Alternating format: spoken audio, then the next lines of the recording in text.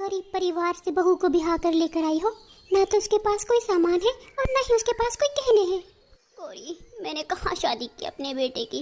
वो तो विदेश गया और वहीं से ब्याह कर ले आया उस गरीब चिड़िया को। अरे मैं तो कहती हूँ जान छुड़ाओ इस चिड़िया से, मार दो इसको। मैं देखना फिर तुम्हारे बेटे की कितने ऊंचे घराने में शादी करवाती हूँ। अरे मैं कैसे मार सकती हूँ? और दूसरी बात, अगर मेरे बेटे को पता चल गया तो वो तो मुझे भी जिंदा नहीं छोड़ेगा। बस ये काम तो तुम मुझ पर छोड़ दो। तुम उसको किसी तरीके से पुराने जंगल में ले आना। वहाँ पर जो पुराना कुआं है, हम उसमें उसको धक्का दे देंगे। इतनी सी ही तो बात है। हाँ, ये काम तो मैं कर सकती हूँ। कल मैं उसको अपने साथ ले आऊँगी। रानू चिड़िया की सास उससे बहुत नफरत करती थी, क्योंकि गौरी कव्वी उससे उल्टी सीधी पटियाँ पढ़ाती रहती थी। माँ जी, आ गई आप? ये देखें, मैंने आपकी पसंद से खिचड़ी बनाई है, अपने हाथों से बनाई है आपके लिए। मैं अपने सूखे दाने पर ही खुश हूँ। तुम अपनी ये खिचड़ी अपने पास रखो, मुझे कोई ज़रूरत नहीं तुम्हारी खिचड़ी की। माँ जी, आप हर समय मुझसे ऐसे ही नाराज़ रहती हैं, मुझसे लड़ती रहती हैं। आखिर क्यों आप मुझसे इतनी नफरत करती हैं? ये तो तुम अपने पति से ही पूछना कि मैं तुम्हें क्यों पसंद नहीं करती। एक तो तुम्हें ब्याह कर ले आया, इतनी गरीब चिड़िया थी तुम, और अब सारे पैसे वो तुझे भिजवाता है। भला मैं कैसे अच्छी समझूं तुम्हें? माँ जी, मैंने तो उनसे बहुत दफ़ा कहा है मुझे अपने साथ ही लेकर जाएं। इस दफ़ा वो आएंगे तो मैं तो जिद करके उनके साथ ही चली जाऊंगी, ताकि आप भी फिर यहाँ पर खुश रहें। अच्छा, बस करो ये बातें, चले जाना विदेश। मुझे इससे कोई मतलब नहीं। अभी सूखी लकड़ियाँ लेने जंगल जाना है, मेरे साथ चलो तुम। माँ जी, अभी तो ठंड के दिनों में काफ़ी देर है, हम किसी और दिन ले आएंगे। जो मैंने कहा है वो करो, जुबान बहुत चलने लगी है तुम्हारी। अच्छा ही होगा तुम चली जाओगी यहाँ से। और फिर रानू चिड़िया अपनी सास की बात मानकर उसके साथ चली जाती है। उसकी सास रानू को लेकर गौरी कव्वी के पास जाती है। गौरी, तुमने कहा था कि तुम भी सूखी लकड़ियाँ लेने जाओगी, चलो एक साथ ही चलते हैं। अरे मैंने कब कहा था कि लकड़ियाँ लेने जाना है? अरे भूल गई हो क्या? इसे मारने जाना था। हाँ, याद आया मुझे। बस मैं लकड़ियाँ बांधने के लिए रस्सी पकड़ लूँ, फिर चलते हैं। और फिर रानू चिड़िया, उसकी सास और गौरी कव्वी उड़ते हुए दूर चली जाती हैं और एक जंगल में पहुंचकर दरख्त के नीचे बैठ जाती हैं। ओह, मुझे तो बहुत भूख लगी है। बहू, तुम जाओ मेरे लिए दाना लेकर आओ। जी माँ जी, मैं अभी आपके लिए दाना लेकर आती हूँ। आप यहाँ पर थोड़ी देर आराम कर लीजिए। और फिर रानू चिड़िया अपनी सास के लिए दाना लेने चली जाती है। गौरी, रानू को तो मैंने बहाने से भेज दिया है। अब बताओ वो कुआं कहाँ है जहाँ पर इसको धक्का देना है? मैं वाकई बहुत थक गई हूँ। रानू को तो अपनी सास पर पहले ही शक था, इसलिए वो दूर जाने के बजाय उधर ही दरख्त के पीछे छुप जाती है और गौरी कव्वी और अपनी सास की सारी बातें सुन लेती है। बस, कुआं भी ज़्यादा दूर नहीं है। वो सामने जो दरख्त नज़र आ रहा है, वो जो बड़ा सा दरख्त है, उसी के पीछे है वो कुआं। ठीक है, अब जैसे ही रानू आती है, हम उसे लेकर उस कुएं पे चलेंगे। तुम उसे बातों में लगाना और फिर मैं पीछे से उसे धक्का दे दूंगी। और फिर रानू चिड़िया भी पेड़ के पीछे से निकलकर वहाँ आ जाती है। माँ जी, मुझे बहुत अफसोस हो रहा है। पैसे की लालच में आकर आप ये सब कुछ करने के लिए तैयार हो गई हैं। गौरी की बातों ने आपको बहका दिया है और आप मुझे मारने के लिए तैयार हो गई हैं।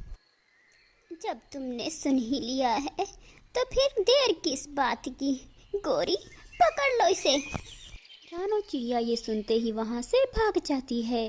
गौरी कव्वी रानू का पीछा करती है, लेकिन रानू बहुत तेज उड़ती है और घने जंगलों में चली जाती है।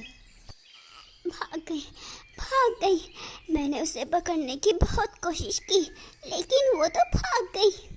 वो मेरे बेटे को सारी बात बताएगी। गौरी, ये क्या हो गया? नहीं, वो लौट कर नहीं आएगी, वो बहुत डर गई है। चलो हम घर चलते हैं। गौरी रानू चिड़िया की सास को लेकर वापस जंगल आ जाती है। गौरी, क्या मार दिया रानो चिड़िया की सास ने अपनी बहू रानो को? अरे कहाँ कालू, उस रानो चिड़िया ने घने जंगल में जाकर सारा काम ही उल्टा कर दिया।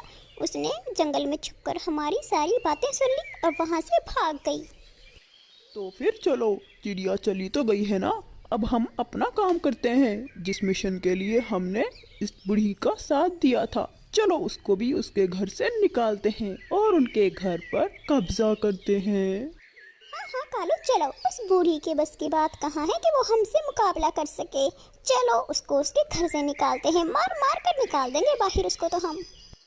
और फिर कालू कौवा और गोरी कौवी रानो चिड़िया के घर की तरफ जाते हैं।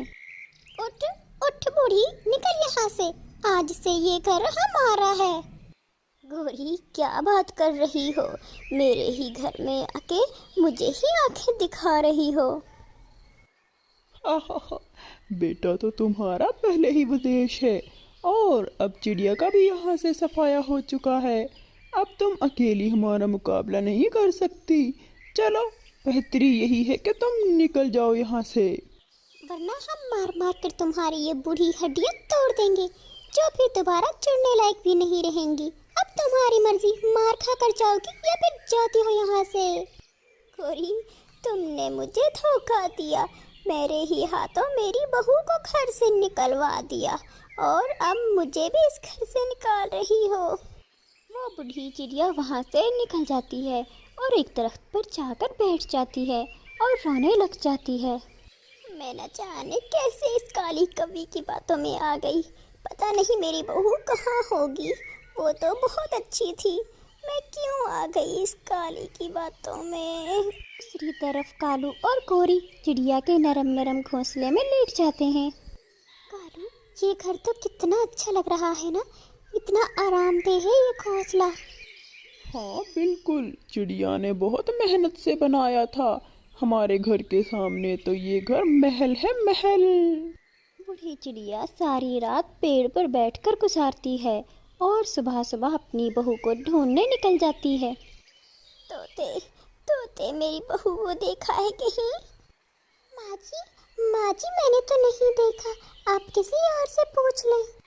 रानो चिड़िया की सास वहाँ से चली जाती है और जंगल में जाकर अपनी बहू की तलाश करती है। रानो चिड़िया, अभी अभी तुम्हारी सास मेरे पास आई थी और वो मुझसे तुम्हारे बारे में पूछ रही थी और वो बहुत रो भी रही थी।